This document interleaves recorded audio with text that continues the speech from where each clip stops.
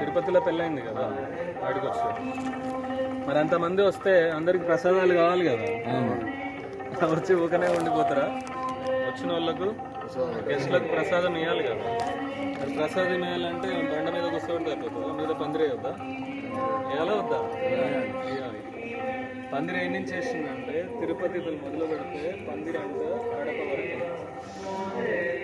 సుమారు 250 కిలోమీటర్లు. అంత పెద్ద పందిరి అందరినీ కూర్చోబెట్టి తినిపించాలి కదా.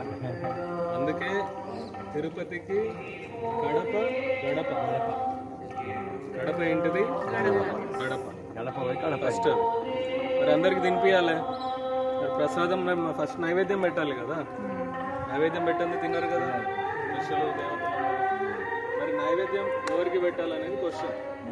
ఇంతమంది దేవతలు వచ్చారు, ఎవరికి నైవేద్యం పెట్టాలి ఇప్పుడు అంటే వాళ్ళందరూ అన్నారు అహోబిలంలో నరసింహస్వామి ఉన్నాడు, ఆయనకు నైవేద్యం పెట్టాలి.